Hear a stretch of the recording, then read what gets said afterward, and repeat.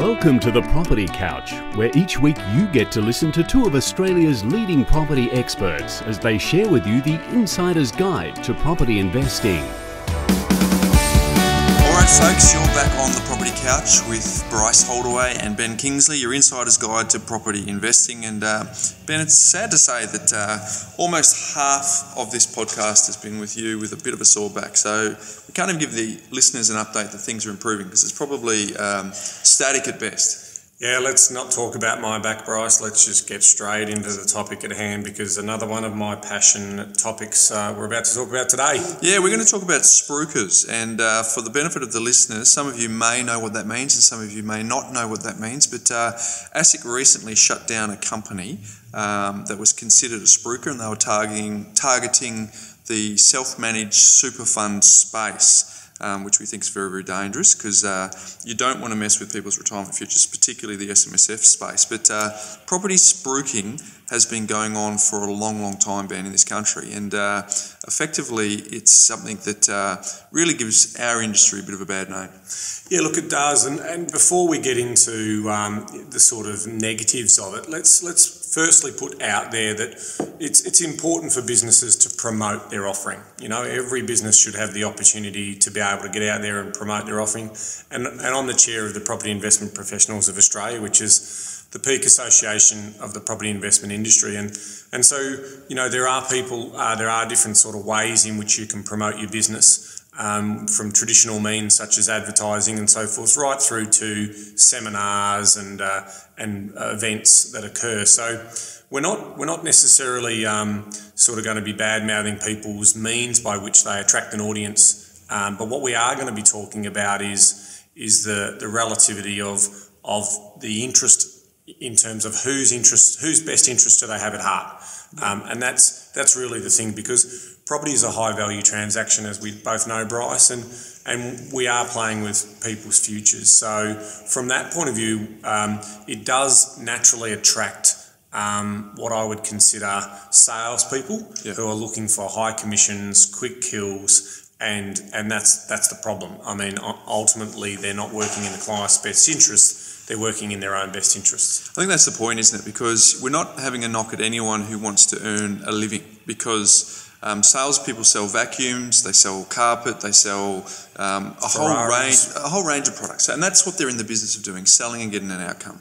But the challenge is that when you're selling a property versus giving advice and then masquerading them both as one and the same, that's effectively where the challenges exist. And one of the reasons I wanted to talk about this week is I've had two calls. I think our listeners know that besides my role as the co-host of Location Australia on Foxtel's Lifestyle Channel, and apart from your role as the chair of the Property Investment Professionals of Australia, we deal with clients in our business during the week. So I think that's no surprise. So we you know, as I said, two phone calls this week from two separate people talking to me about the fact one was a Perth person who'd been called by a marketer to say that they should buy a house and land package in Melbourne.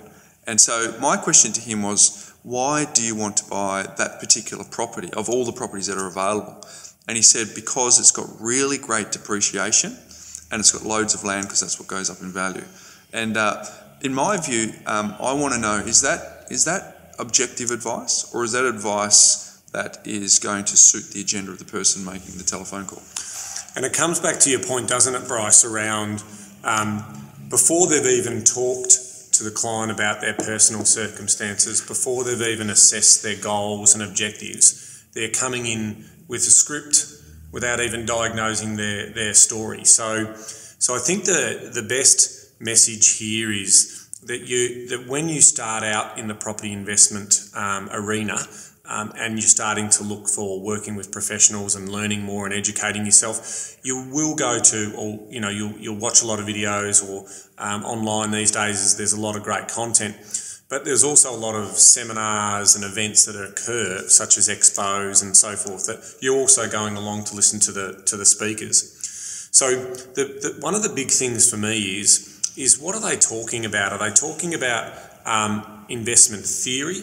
And are they understanding the science behind it? And are they justifying the science behind what that theory is? Or are they just getting up there and they're saying, this is what I did and you must follow me because I've gone and done this 3 times and I've made all this money. And then all of a sudden they're trying to create themselves a career in regards to doing that. So it's important to understand that to get objective advice, you need to listen to someone who can do multiple things or understands multiple strategies or looks at tailoring a strategy to your needs as opposed to try to sell you something. And that's the difference between advice versus getting sold something. I think that's the critical point here, Ben, because if someone is involved in brand new construction and they sit in a sales office to try and sell them, they're not pretending they're anything other than working in the best interests of the person selling the properties and trying to get an outcome. And then on the other hand, if you've got someone who's a true advisor who does exactly what you said, makes inquiries about their earnings, makes inquiries about their current lifestyle, makes inquiries about their ability to maintain payments, see their ability to serve, their attitudes towards debt, I would consider that person to be an advisor. So for the benefit of the listeners today, the definition of a spruiker is a salesperson who's pretending to be an advisor, because there's no problem with being a salesperson in this industry if you declare that. And in our view, it's great if you could be a true advisor. But if you're masquerading as an advisor when you're a salesperson, in our view, that's the definition of a spruiker. Yeah, it is. And you'll hear people say things like, if you've got $80,000 in equity in your home and you earn more than $50,000 a year, we can get you into property. And that's probably true in the sense that some people and some strategies are around buying properties that are house and land packages, and there's huge amounts of depreciation. And ultimately, once they factor in the rent and the depreciation and these historically low interest rates, these properties are either neutrally or slightly positively geared. So their argument is that this is not going to cost your household any money at all, and you can own an investment property. Now, the argument on the flip side of that is what's actually happening in regards to that investment property. Is it going to perform like we expect it's going to perform? By that I mean is if you're going to buy this $450,000 property and you're going to be servicing this debt for 10 years, how frustrating and how demotivating would it be that in 10 years' time that property is still worth $450,000? In fact, I had a client that we were finishing a plan with yesterday, and he had 3 investment properties prior to coming to us. And as part of that process, we had a look at a couple of his properties, and he's bought some properties in 2005 that are still worth what he bought today, in southeast Queensland. And so that's the challenge. It's about these people, they're trying to sell you something, whereas an advisor is going to try and implement a plan, but then also as part of that implementation, justify their recommendations of the area. And they're going to be impartial in that advisory work that they do, as opposed to, here's your script, and it's the same script as the next person I'm going to call from an outbound call centre or something like that. So Bryce, what are some of the classic examples of when you think you're dealing with a spruiker? One is not selling to locals, heavily marketing property away from the area. And so the question is always, if the property's so great, why aren't they selling it through a local real estate agent to local buyers? Now, there's no problem with an interstate buyer or an international buyer buying something out of their area. That's not the challenge here. But if it's being heavily marketed away from the area where the property exists, that's probably the number one sign. But I think it's always, so the question is, why does a spruiker exist? And the answer is very simple. The developer, someone who's putting together a house and land package, or someone who is selling off the plan apartments, they are giving very generous incomes to the people who are selling the property. So to give you an example, on a $500,000 property, the developers are happy to pay 6 to 10% of the purchase price as a sales commission to the salesperson. So do the maths. That's between $30,000 and $50,000 for one transaction to the salesperson for making that deal happen. So it's exceptionally lucrative for these people who have perhaps the ability to speak in public, have the ability to disturb people and make them feel fearful of their current position, and they really are preying on a bit of ignorance, fear and greed. And so in that circumstance, the person who they're speaking to is very vulnerable to the message that they're giving. And some people don't even earn $50,000 in a year working the 40-40-40 plan, 40 minutes to work for 40 hours a week for 40 years. So, and someone can earn that amount of money in one transaction. So if they're doing 3 or 4 or 10 or 20, do the maths. They're earning exceptional incomes, and that is why the Spruiker exists. Now, another tactic that they employ is they target areas or buyers where the prices actually sound cheap in comparison to the house that they live in. So, for example, they'll target an area where the house is typically $600,000 or $700,000, and they'll sell $500,000 properties off the plan because they sound cheap to the person who's buying them. Yeah, and I mean, in terms of sales tactics, let's explore a few of the sales tactics that are also involved in this. They'll create, when they're trying to close you, they're going to try and create a sense of urgency. This is the once-in-a-lifetime opportunity. They'll create this artificial scarcity to say that if you don't act now, there's only 4 lots available and you've got to get one of them right now because this opportunity will be missed and we don't know when we're going to have such a great opportunity into the future. That's a classic tactic.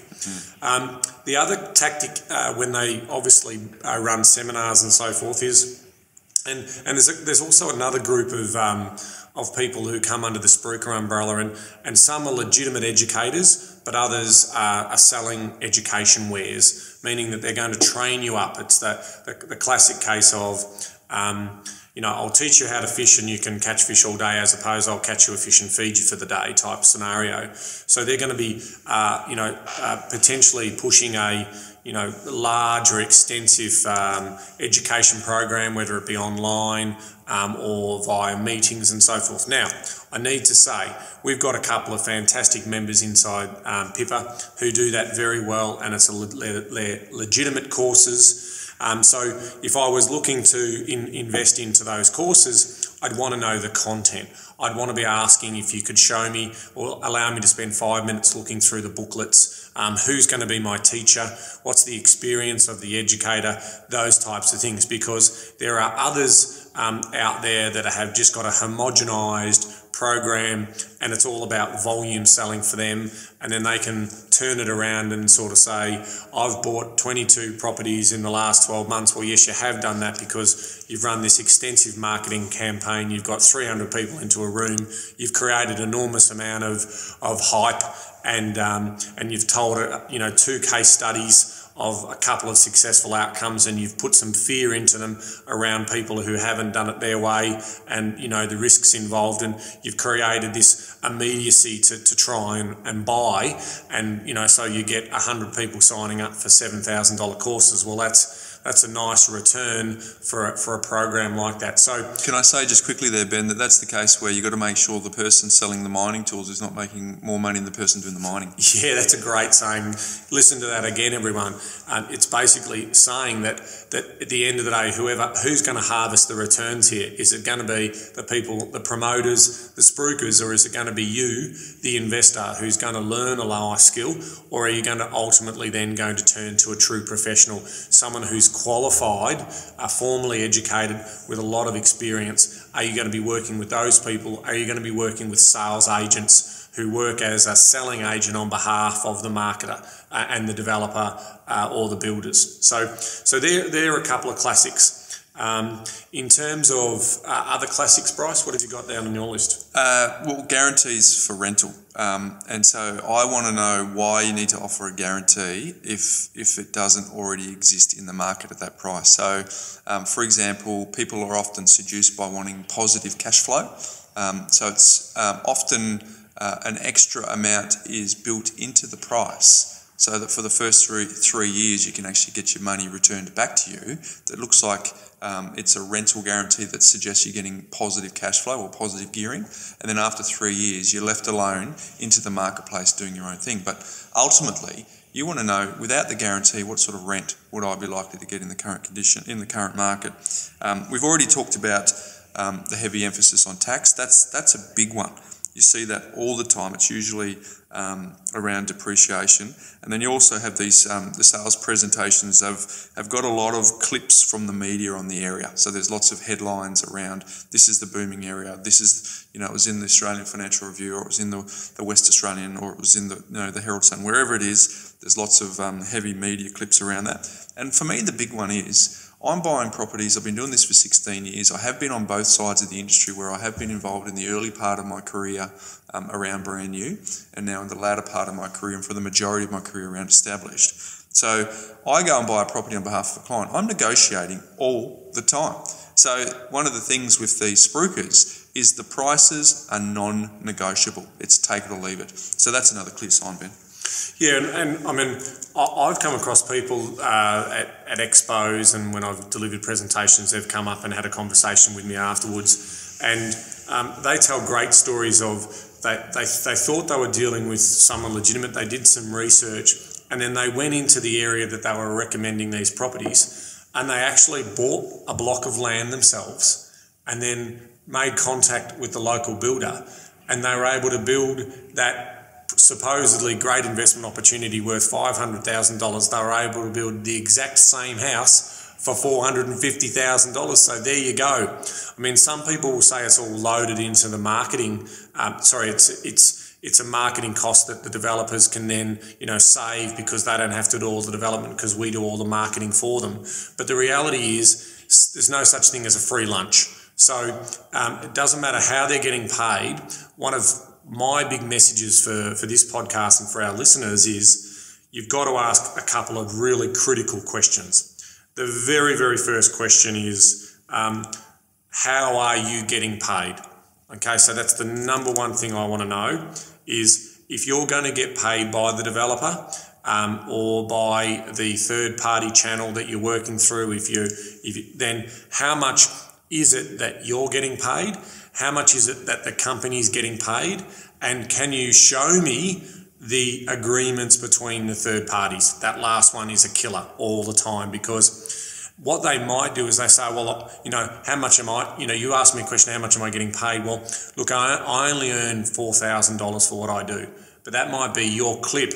The clip still might be $25,000, but there's a chain of command, and there's a pyramid selling scheme going on here, and so the person up the channel, they get their $4,000, and et cetera, et cetera, et cetera. So if the companies that are doing this aren't willing to show the agreements that they've got in place between themselves, then technically, you can't trust the information you're being provided. Now, all PIPA members, so all members part of the association, and you can go onto the PIPA website, www.pipa.asn.au, and you can search for members. Now, each one of those members on the association, across all different professional categories, under our code of conduct, they must disclose how they're being paid, and they must formally disclose that in writing to you. So if you're unsure, or if you think you're dealing with a PIPA member and they're not forthcoming with that information, then we will obviously investigate that on your behalf. I mean, at the end of the day, PIPA is a non-for-profit association. We're there to protect consumers because we work in an unregulated industry, and because we are in an unregulated industry, that's the challenge we've got. We've got these people who are putting their own interests ahead of those of their clients. I think it's a good point, Ben, because I've actually seen it in the past where the two-tier marketing schemes often, they did originate typically out of Queensland before they changed the rules back in the early 2000s, late 90s, early 2000s. And so the way that these two-tier marketers, which is now your Spruiker, the way they got around that is they declared very nominal earnings on the contract of land, which they were required to do under the legislation. But they got around it through a loophole by the building contract they had with the builder.